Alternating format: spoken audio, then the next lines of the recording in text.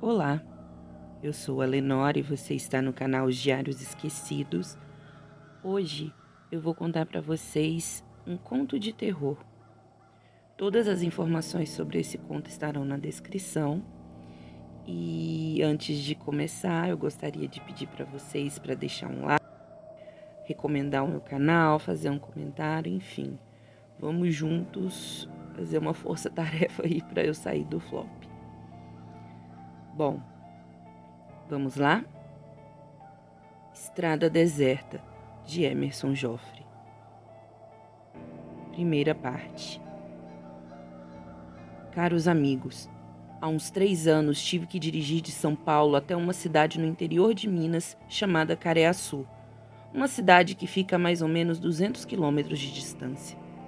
Nessa época, eu trabalhava de faz-tudo para uma entidade funerária e tive que levar uma caixa misteriosa para um determinado endereço até às 22 horas do mesmo dia. O problema é que quando o patrão me mandou fazer isso, já passava das 16 horas. Perguntei antes o que havia na caixa e meu chefe disse que não sabia, mas que uma mulher muito esquisita tinha pagado muito bem para que a caixa fosse enviada por nós até o seu destino em Minas e que de maneira alguma fosse aberta por ninguém. Inclusive, possuía um tipo de lacre, com cadeado e tudo. A caixa era preta, de metal. Eu cheguei a pensar, por que ela simplesmente não enviou pelo correio, sei lá? Mas acontece que meu chefe, sabendo que eu poderia questionar, ofereceu-me R$ 1.000, calando-me então de qualquer pergunta ou desculpa para não ir. Pense bem, R$ 1.000 só para entregar uma caixa? Tranquilo. Será? Liguei para casa, avisei minha mulher e caí na estrada. A noite ia chegando e eu já estava cansado. Afinal, eu já tinha trabalhado o dia inteiro, mas essa hora extra ia valer a pena. Era o que eu achava. Quando já tinha rodado uns 100 quilômetros, surgiu alguém na estrada pedindo carona. Era um velhinho, então nem pensei 2 vezes e parei. Oi, para onde o senhor está indo? Ele respondeu que iria para Belo Horizonte. Eu disse que não iria exatamente para lá, mas que poderia deixá-lo um pouco mais adiante. Ele disse que não havia problema. Eram umas 19 horas e perguntei para o velho, que se chamava Almiro, se ele sabia do endereço que eu procurava. Ele afirmou conhecer um atalho e, meus amigos, se eu soubesse o que estava por vir, eu nunca teria dado carona para aquela pessoa. Quando ele começou a me guiar pelas quebradas no meio das matas, percebi que, depois de algum tempo, talvez eu não conseguisse mais voltar sozinho, e disse isso para ele, que com um sorriso sarcástico respondeu-me que eu nem iria mais voltar, então não deveria me preocupar com isso. Parei o carro na hora e mandei-o sair, e foi nesse momento que descobri que já tinha chegado ao destino, um cemitério. Sem que eu tivesse comentado sobre a caixa que estava no porta-malas, ele disse: "Você tem algo para mim?" Fiquei pasmo, porque não tenho ideia de como ele tinha descoberto sobre a caixa. Peguei o celular, mas não dava sinal. Ele segurou meu braço e disse para entregar a caixa. Tenho que admitir, o lugar era assustador e estava com vontade de agredir o velho, mas me controlei. Apenas o empurrei. Ele acabou caindo no chão. Correu para dentro do cemitério, que parecia deserto. Aproximei-me e percebi que realmente não tinha mais ninguém naquele lugar. Comecei a ouvir muitos barulhos estranhos que vinham lá de dentro e então eu realmente comecei a ficar assustado. Fui até o porta-malas e atirei a maldita caixa contra a entrada do cemitério, num portão que estava apodrecendo, por onde o velho havia passado. Acreditem se quiser, mas quando a caixa bateu no portão, acabou rompendo. O lacre estourou, mostrando que dentro dela havia um crânio humano. Aí foi a gota d'água. Corri para dentro do carro e cantei pneu furiosamente. Até hoje, quando me lembro de meu desespero para fugir daquele lugar, me causa muita angústia. Não sei como consegui, mas depois de uns 40 minutos encontrei a estrada novamente e acelerei aquele carro no limite. Fui para casa com o carro da funerária e quando amanheceu, mesmo sem ter conseguido dormir, Levei o veículo para entregá-lo ao chefe com a decisão de pedir as contas do emprego naquele momento. Quando estacionei o carro e ia saindo, tomei um tremendo susto com uma senhora vestida de preto em frente à funerária. Ela perguntou direto, sem ao menos se apresentar, se eu entreguei. Nem olhei direito para aquela mulher que possuía a aparência de uma pessoa perturbada. Entrei, falei tudo para o meu chefe, inclusive que nem queria o dinheiro e que não iria mais trabalhar em nenhuma funerária. Quando resolvemos até chamar a polícia, a mulher nem estava mais lá.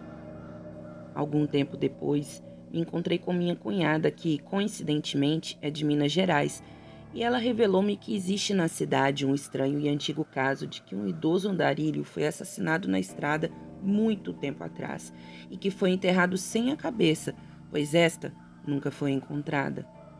Não sei se tudo isso foi uma grande coincidência ou não, mas foi uma experiência assustadora e nunca vou esquecê-la por toda a minha vida. Segunda parte. Amigos do sobrenatural, preciso relatar os acontecimentos que vivenciei pouco tempo depois, logo após a minha saída da funerária. Eu fiquei por um longo tempo sem saber exatamente o que tinha acontecido naquela noite tenebrosa. Tudo era muito estranho e nada iria mesmo se encaixar, a não ser que eu tivesse a coragem de retornar ao local, me informar melhor, resumindo, fazer uma investigação. Quase um ano depois, e por coincidência, no mês das bruxas, outubro, tomei a decisão de que iria em busca de uma resposta para o ocorrido naquele cemitério. Se fosse por curiosidade, eu jamais faria isso, mas não era esse o motivo. O problema era que nunca mais tinha conseguido dormir novamente bem e sempre acordava no meio da madrugada e, para ser mais específico, às 3 da manhã. Acordava sempre no meio de um pesadelo onde eu estava correndo sozinho no meio de uma estrada deserta em direção ao cemitério e, na hora de entrar, surgiam espectros fantasmagóricos assustadores que impediam minha entrada e me arrastavam para bem longe, enquanto uma voz distante citava meu nome pedindo socorro. Era um pedido de agonia e dor. Às 3 horas, eu acordava suando frio e sempre conseguia ouvir uma voz bem longe, a mesma voz do pesadelo. Quando visitei um padre, ele me explicou assuntos como purgatório, espíritos, etc. Me cansei dos pesadelos, expliquei para minha esposa, ela também já estava ficando assustada com tudo, e disse que iria pegar o carro, dirigir até aquele cemitério e descobrir o que realmente aconteceu. Ironicamente, peguei a estrada no dia 31 de outubro. Chovia muito naquela tarde e tive de reduzir a velocidade para uns 80 km por hora. Eu não lembrava exatamente o caminho, mas estava disposto a fazer o necessário para encontrar aquele cemitério. Estava determinado. Com muita dificuldade, embaixo de chuva e enfrentando ruas esburacadas, acabei encontrando o temível cemitério. O lugar era realmente isolado e parecia não ter ninguém por perto. Estava aparentemente abandonado. Entrei e comecei a andar por lá. Como era previsto, meu celular não dava nenhum sinal. Andei por entre os túmulos observando os detalhes dos falecidos quando percebi que não havia nenhum morto recente e que a data mais próxima de óbito que encontrei foi ainda no ano de 1896. Ao longe, avistei uma mulher vestida totalmente de preto e parecia aquela mesma mulher que entregou a caixa na funerária. Ela estava em frente a um túmulo de cabeça baixa. Comecei a me aproximar e, quando ela percebeu que eu estava chegando, olhou-me de lado e subitamente seguiu caminhando adiante. Em cima do túmulo que ela estava, em frente, se encontrava aquela caixa preta. O mais estranho é que eu estava perto, mas ela dava passos muito mais rápidos que os meus e, por mais que eu tentasse, parecia que não conseguiria alcançá-la. A distância aumentou e, numa curva por entre os matos muito altos, que não eram podados há muitos anos, a mulher misteriosamente sumiu. Cansei-me bastante, porém, quando me virei, tomei o maior susto da minha vida. A mulher surgiu na minha frente e tamanho foi o susto que caí para trás. Ela disse com muita raiva: "O que faz aqui?"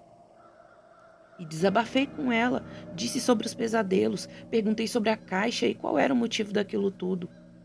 Ela afirmou que o crânio na caixa era de uma pessoa que ali estava enterrada e que aquele espírito nunca iria ficar em paz se seu crânio não fosse enterrado junto ao corpo. O problema é que a pessoa que estava em posse do crânio o utilizou numa oferenda maldita e a magia negra envolvida nisso tudo era uma das piores que já se ouviu falar. Era tão forte que não daria descanso à alma do senhor Almiro se não fosse por ela intervir nisso, e para acabar de vez precisava enterrar o crânio junto ao corpo. Perguntei por que ela mesma não fez isso, e ela disse que eu iria entender depois, mas que eu precisava imediatamente enterrar o crânio ou algo muito ruim poderia acontecer comigo. Quando fui em direção à caixa, meu amigo, surgiu à minha frente aquele espectro, o mesmo dos meus pesadelos. Era em forma de um pequeno tornado escuro e possuía olhos vermelhos, com um cheiro muito forte. Comecei a rezar o Pai Nosso, fechei os olhos e disse em voz alta: "Vá embora, em nome de Jesus. Não tenho medo e vou acabar com tudo isso."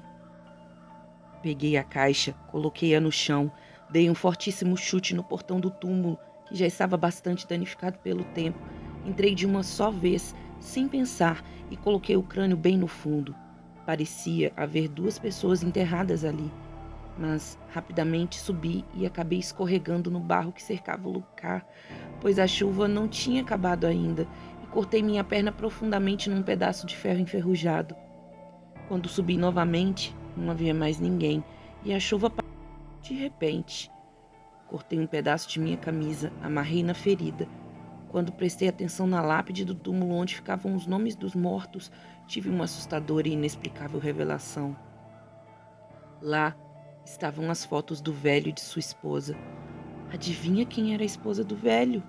A mesma mulher de preto, e ambos faleceram há muitos anos. Só tive tempo de dizer: descansem em paz. Já estava anoitecendo e precisava ir embora. Apressei-me com passos largos e estava totalmente sujo. O lugar tinha uma presença muito forte e dava muitos calafrios. Consegui sair de lá e, quando peguei a estrada, tenho certeza de que vi em meu retrovisor um casal bem distante de mãos dadas, indo em direção contrária. Acredito que foi um sinal. E desde esse dia, nunca mais tive nenhum pesadelo. Fim. Bom, eu espero que vocês tenham gostado, né? Não é exatamente uma creepypasta, é mais um conto mesmo contemporâneo de terror. E é isso. Se vocês gostaram, me ajudem a sair do flop, comentando, dando like. Desculpa a minha indicância. E até mais. Tchau, tchau.